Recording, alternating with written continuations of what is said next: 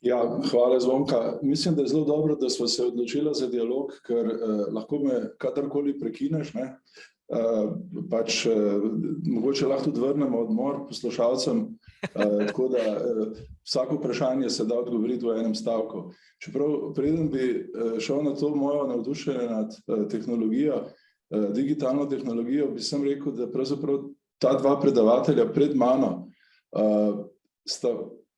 pravzaprav bi bila zdaj primerna diskusija, kaj vse to pomeni, kar sta povedala za CPI, pa za naše delo na področju razvoja programov in povezovanja trga dela z izobraževanjem. Tako da hvala tudi za opozorilo, da bi bilo super, če bi ACS, CPI, pa še drugi bili tudi čim prej seznanjeni, pa pač da vemo, kaj pomeni za nas ta nova platforma. No, ampak če gremo na pogovor, ki sva si ga nekako zamislila, hvala za priložnost, da delim svoje razmišljanja. Zdaj, kar se tiče tehnologije, pa navdušeno bi rad najprej rekel, da seveda tehnologija je samo orodje. In zame je ključno, da pravzaprav nikoli nisem imel, vsaj mislim, da ne strahu pred orodjem. Mogoče je bil ključavničar. Jaz sem imel orodje vsak dan okrog sebe. Mene je elektrika stresla, še predtem sem šel v šolo, ampak sem se tudi naučil, da lahko elektriko obvladam. In zdi se mi zelo pomembno, ali za kladivo, ali pa za najnovejšo tehnologijo, da nimamo strahu pred njo. Zdaj, pomembno je tudi, da smo mi že v gimnaziji programirali, si šli pogledati veliki računalnik na univerzo v 70-ih letih. No, in imel sem tudi to srečo, da sem se že dotaknil in tipkal po prvem osebnem računalniku leta 1978, ko pravzaprav v Jugoslaviji, jaz mislim, da še nihče ni imel osebnega računalnika, ne. Tako da na nek način je bil to nek privilegij in sem ga poskušal obdržati do danes. Zdaj to navdušena tehnologija je pa seveda tudi koristno v tej moji vlogi direktorja CPI-ja. Če nič drugega je vedno tako, če uvedemo kakšno novost, nihče me ne more reči, da to je pa sam za mladino, ne. Rečem, če sem se jaz naučil, se pa lahko vsi drugi, no. Zaključil bi pa še mogoče ta odgovor z enim pomembnim opozorilom, da pa seveda to ne pomeni pa, da ni ogromno pasti tehnologije in od tega, da ne deluje. Zato sem se tudi danes omejil, da bomo brez nje, ker sigurno kaj ne bi delovalo, pa bi pač lahko imelo čisto drugo sporočilo. Ali pa taki preprosti nasveti, ne, ugasni računalnik ob 8 uri zvečer, če hočeš dobro spati, recimo, ne. Skratka, orodje je treba znati uporabljati in poznati omejitve in potem smo lahko nad njimi tudi navdušeni. Super, hvala za tale prijazen uvod in greva še malo naprej v tisto, o čemer se pravzaprav poleg digitalizacije vsi pogovarjamo, in to je COVID. Nekako sem imela občutek, da je tudi v tem prispevku, naprej omenjenem sestanku, bila ena ločnica med pred COVID in po COVID. Nekako so se stvari spremenile, a ne? Ja, mislim, da to zelo drži, da to mogoče se še niti ne zavedamo. Čeprav seveda tudi jaz ne verjamem, da bo vse drugače in da stare izkušnje ne bodo prišle prav. Tako da mogoče bi na tem mestu zelo rad delil eno izkušnjo kot učitelj. Kot učitelj sem vedno poskušal tudi uvajati tehnologijo, ker če nič drugega je to dobro za pridobivanje pozornosti strani dijakov, študentov. Po drugi strani pa seveda ob uvajanju tehnologije nikoli ne smeš pozabiti na medosebni odnos, na stik. No in pred 9 leti, takrat Facebook je bil sicer tudi popularen, ampak mogoče mnogi ljudi v moje generacije niso bili tako obsedeni z njim, tudi pred mladini pa je že bil, ampak recimo, da nas še ni toliko povezoval.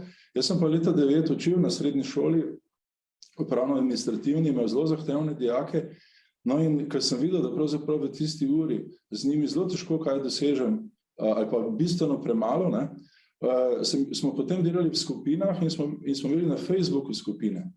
In bila je izjemna izkušnja, namreč mi pravzaprav tisto uro v razredu se nismo obremenjevali, da jim moram jaz vse povedati, kar oni želijo. V bistvu takrat sploh nismo rabili delati na računalnik. Mi smo se lahko takrat pogovarjali ali pa se ne skrožili po skupinah, zato ker so potem oni naredili domačo nalogo, se pogovarjali drug z drugim, kaj morajo narediti, oddajati naloge. Vse to je bilo na Facebooku v skupinah. Jaz sem lahko spremljal njihov napredek, seveda so pa lahko oni spremljali tudi napredek drugega. In pogosto je kdo napisal, če so pa oni naredili, pa lahko tudi mi. In recimo, to je bila zame izredna izkušnja, ki sem jo tudi pisal v enem študijskem primeru, ampak še enkrat, to, da smo pred 9 leti, ali pa da sem pred 9 leti uporabljal Facebook v razredu, jaz sem izkoristil priložnost.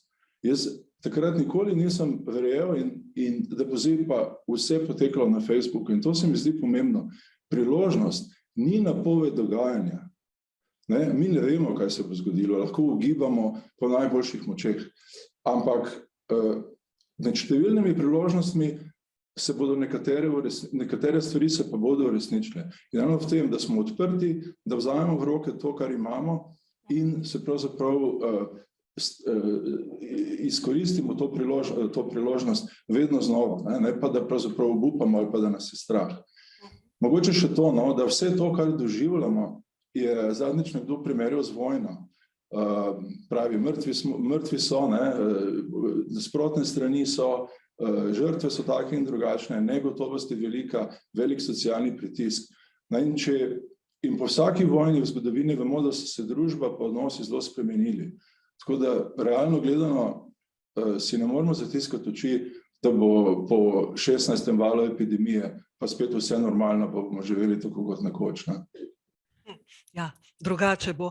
Ampak kar se meni fino zdi, Facebook, YouTube, Jasper je prej omenil, drugačni, netradicionalni načini učenja, te je tudi treba vzeti v ozir, ne samo pač to, česar smo bili do zdaj navajeni. In to, da prisluhnemo življenju, da gledamo, kakšno je povpraševanje na trgu dela, da spremljamo oglase, tudi to je prisluhniti življenju, se mi zdi pomembno. In zdaj, ko smo ravno pri življenju, kaj se pa trenutno dogaja pri vas v poklicnem izobraževanju in usposabljanju, kakšne so generacije, kaj se jim dogaja danes, tukaj, zdaj? Ja, to vprašanje seveda bi lahko spet o njem dolgo govorila, zato jaz mogoče sam nekaj opažanj, ki se mi zdijo, da so premalo opažena.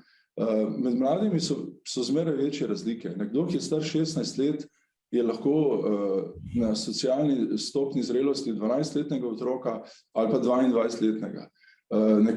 Zelo v razredu, ko sem bil, se vedno živo spomnim, kakšne ogromne razlike so bile, ne samo med dekleti in fanti, ampak tudi znotraj njih.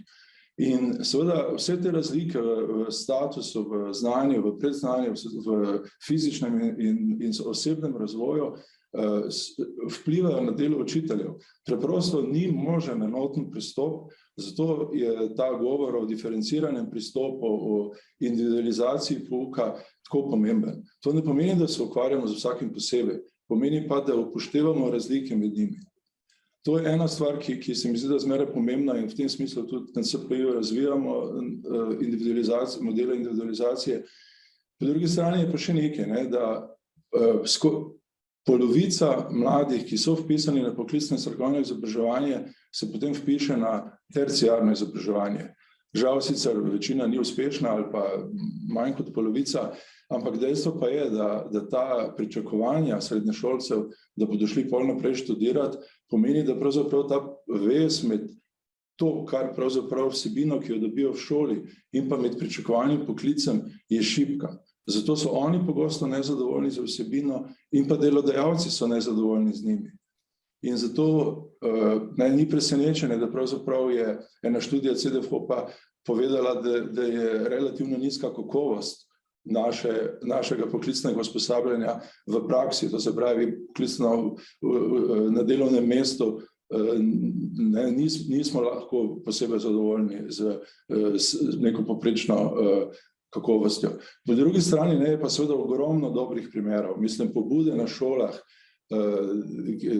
zdaj bi lahko imenovali nekaj šolskih centrov, pa pač mogoče naj bi bilo primerno, da bi koga izpostavil, ampak vsaj na 10 šolskih centrih se dogajajo krasne stvari, projekti, ki res povezujejo delodajalce, ki mlade navdušujejo in seveda to je tisto, kar se mi zdi, da moramo najbolj podpirati, ne preveč govoriti samo o negativnih stvareh. Ja, in meni se tudi zdi, da bomo zares uspeli z dogodki, kakršni je današnji, ko bomo imeli med udeleženci, recimo da 1/3 zaposlovalcev, delodajalcev. Te najtežje jih dosegamo preko različnih projektov, ESS projekti, recimo na Andragoškem centru, s svetovanjem prodiramo k njim, šolski centri, vem, da morate imeti dialog in da pozivate delodajalce, da bolj sodelujejo pri oblikovanju programov, pa je njihov odziv majhen, kasneje kritika pa velika, kot si omenil, tako da ja, veliko imamo še za postoriti. Ampak kaj trenutne razmere, tole izobraževanje nadaljavo, ki nas je vse nekako prizadelo po celi vertikali izobraževanja, kaj to pomeni pri vas? Kakšne spremembe je prineslo? Mislim, izzivi so res veliki in dejstvo, da vsak, praktično ne poznam učitelja, ravnatelja, ki ne bi imel neke ocene, da je znanje v povprečju slabše, hkrati pa so ocene višje. To so stvari, ki jih verjetno ne bomo mogli spregledati, se moramo o njih pogovarjati. Mi ocenjujemo iz ene naše raziskave, da je samo 1/3 dijakov imela približno enakovredne pogoje za upravljanje praktičnega usposabljanja, 1/5 je bila zelo prizadeta ali pa v bistvu te možnosti recimo lansko leto sploh ni imela. Po drugi strani je bilo pa spet ogromno primerov odlične uporabe tehnologije, oblikovanja nekih digitalnih učnih okolij, tudi analognih rešitev, zelo bistroumnih. Tako da mislim, da so se pač to, kar si načeloma ne želimo, ampak je dejstvo, da so se razlike zelo povečale, kot je rekel zadnjič nekdo, eni dijaki so zacveteli, žal se jih je pa nekaj tudi ne uvenelo za zmeraj, ampak pač so se mogoče umaknili, je nekaj več osipa in z vsem tem se moramo soočiti. Tukaj seveda ne bo pomagala samo tehnologija, tako da je zelo kompleksne izzive imamo. Ja. Krasno, seveda ta dobre stvari je treba potegniti naprej, pri tem nikogar pustiti v ozadju in seveda kombinirati tehnologijo s tistimi mehkimi spretnostmi, pristopi, tisto, kar pač ljudi nagovori, ki so morda bili na nek način puščeni vendarle v ozadju zaradi teh procesov, ki so nastopili. A je v Sloveniji kaj drugače kot sicer v Evropi, je opaziti kakšno posebnost našo, ki bi jo izpostavili? Jaz moram priznati, da nisem še prebral nič takega, po čem bi se mi zelo razlikovali. Zdaj, jaz tudi sicer mislim, da prebivalci Slovenije nismo nič posebnega, pač z istimi izzivi se ukvarjamo kot večina zahodnega sveta. Mladi so si sploh zmeraj bolj podobni v odnosu do tehnologije. Dobro, ima pa lahko vsako okolje neke posebne izzive, absolutno, in jih imamo tudi mi, ampak zdaj tudi v tem nismo pravzaprav spet tako posebni. Zdaj tukaj mogoče bi odgovoril to, da pravzaprav Evropa, če rečemo, da je Evropa v Bruslju na nek način, da imamo Svet Evrope, ki daje priporočila, lahko že iz tega pravzaprav vidimo, kam nas usmerjajo. Izpostavljajo pomen digitalnih veščin v poklicnem izobraževanju in usposabljanju. V teh dokumentih, v tem dokumentu je izpostavljeno, da samo učitelji, ki imajo dobro razvite digitalne kompetence in seveda še tudi druge, so se lahko in se bodo lahko hitro odzvali na izzive okolja. Zdaj pa, ne glede na to se pravi, lahko je nekdo še tako usposobljen ta trenutek, ampak že jutri je to znanje lahko zastarelo, se pojavi nova tehnologija ali pa novo orodje. Tako da ta dodatna podpora, sodelovanje med nami, tukaj bomo tudi mogli preseči, ta proces vseživljenjskega učenja, to se pravi, mi lahko zelo malo tistih znanj, ki smo jih dobili na gimnaziji v Mariboru, uporabimo danes, čeprav je bil tisto trden temelj, ampak samo vsakodnevno učenje, še 3 dni nazaj sva se pogovarjala o LinkedInu, se pravi, jutri bo nekaj drugega in ta dodatna podpora in sodelovanje, to moramo zagotoviti, kajti vsi pač niso taki, da bi to iskali sami od sebe. In pri tem imamo ranljive skupine med dijaki, jaz bom mogoče predrzno rekel, obstajajo tudi ranljive skupine med učitelji. In tudi, mislim, vsem moramo dati pozornost, ne, tako kot na enem predavanju nekdo lepo rekel, ravno v tem smislu, en Američan je rekel, vi lahko meni dokažete, da je 1/3 učiteljev slaba. Je rekel, kje bomo dobili pa 6 milijonov novih, boljših učiteljev? Ne, nikjer. Te učitelje imamo, z njimi moramo dati podporo, kajti vsak ima v sebi dobre lastnosti, dobra znanja in pač, če uspemo še ljudi zmotivirati, potem imamo vsi nekaj, da damo mladim in pa ljudem okrog sebe. Super, super. Najlepša hvala, da si opozoril na pomen učiteljev, izobraževalcev, kar je eden od elementov kakovosti, ki jo je treba v procesu izobraževanja vsekakor ves čas zagotavljati, biti pozoren na vse njene številne vidike, ampak ljudje so ključni, tako na strani tistih, ki dajejo, kot na strani tistih, ki prejemajo. Izdal si tudi, da sva oba dva iz Maribora, da se poznava že vrsto let, tako da vikanje bom zdaj kar opustila. Hvala lepa res za tale prispevek. Imamo še enega Štajerca, takoj po tistem odmoru, ki ga ne bo, ker nisva pridelala teh dodatnih minut, ampak mislim, da je bila sleherna, ki sva jo porabila vredna. Zvonka, ampak mogoče ena zaključna misel pa vseeno, no? Ja, izvoli. Se mi zdi zelo pomembno, da pri tem, da moramo tudi spremeniti nekatere stvari v prihodnosti. Končal sem sodelovanje, ampak rad bi izpostavil, da to sodelovanje mora preseči občinske meje ali pa šolski okoliš.